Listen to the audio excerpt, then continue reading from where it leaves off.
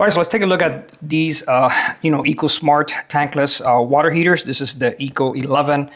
It is a 13 kilowatt water heater. So it does 13 kilowatts, and you do about 1.3 gallons per minute. And I guess depending on your region, it shows you here, the temperatures, for the unit. So I've been using a lot of these. You could also use the Ream, which is pretty much the same. They bottom out. These are a little bit cheaper. Very easy to install. I'm actually replacing one, and I've been using these, like I said, for quite some time now. It does come with, your little template in the back, and I really like the fact that it has the little holes. I really think it's kind of smart. And you have the button, and then you have these little, adapters that you're going to need, and you have all your instructions. One of the things you are going to need is a 60 amp breaker. You probably get away with the 50 or so, but highly recommend replacing your 220 volt breaker to a 60 amp. So these are very, very small. They don't take up a lot of space. And you have little mounting slots there. So you can slide it and come down. Very easy to take apart. And then you got two little Phillips screws here in the bottom. And what I like about it, compared to some of the other mechanical units that I've used in the past, this one, once you put the button on, since you have to take the cover to install the cables, you could go ahead and turn it on and adjust it, even when the unit is not having water flow, which I really like that. I've had some other ones in the past where you need to have water flow to adjust it, and it's a pain. So these do have a little adapter down here. You're gonna have to buy your, I think it's a 3/4 inch, to hold your cable. So we'll take it apart and see that your inlet's 1/2 inch. So always make sure. They usually come with a little bit of water in them. You have a little screen right there, which is pretty standard for these guys because sometimes they get clogged.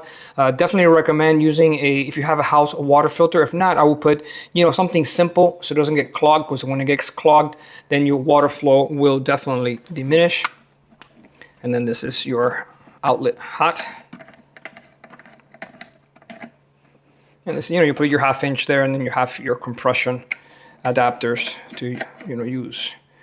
Definitely I recommend that. No welding or soldering or anything like that. That way, if you have to send it out for service, you just unhook it, take out the pipes, turn off your breaker, and you're pretty much good to go. So let's see what it looks like inside.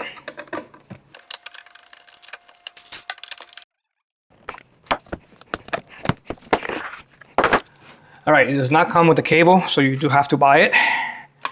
And you connect it here, and then you have your ground. And that's pretty much it. You have the two elements, but these things are pretty cool. And the good thing about this brand, you could actually buy some of the parts that usually go bad. Like this little section here has a little sensor inside, so when the water flows, it turns on the water heater. You could buy all these parts. They're available online, so it's pretty cool. All right, very simple. Like I said, easy to use. I just wish it would come with the little adapters in the bottom. Before, years ago, when you used to buy these, they used to come with the actual little pigtail, but now they don't. So you could also add a disconnect to your system, emergency, whatever the case may be. If your breaker is far away, a lot of builders or installers, they will put a disconnect, right next to it. So in emergency, you could just turn it off. But yeah, definitely easy to install.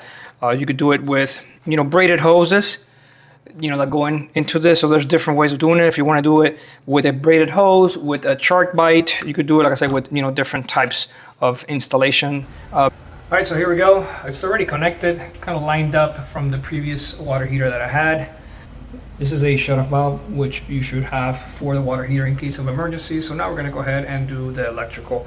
Now this is a disconnect I was telling you about, so now I have to move it because the washer and dryer hits it, so gotta move it somewhere else. But that's pretty much it. Always run lots of water through it before you actually turn it on. You don't wanna have any bubbles in there. You could mess up the elements. But definitely run the water for a few minutes until you don't hear any more, like bubbles or anything in the line before you turn it on and give it power. All right, so we're pretty much ready.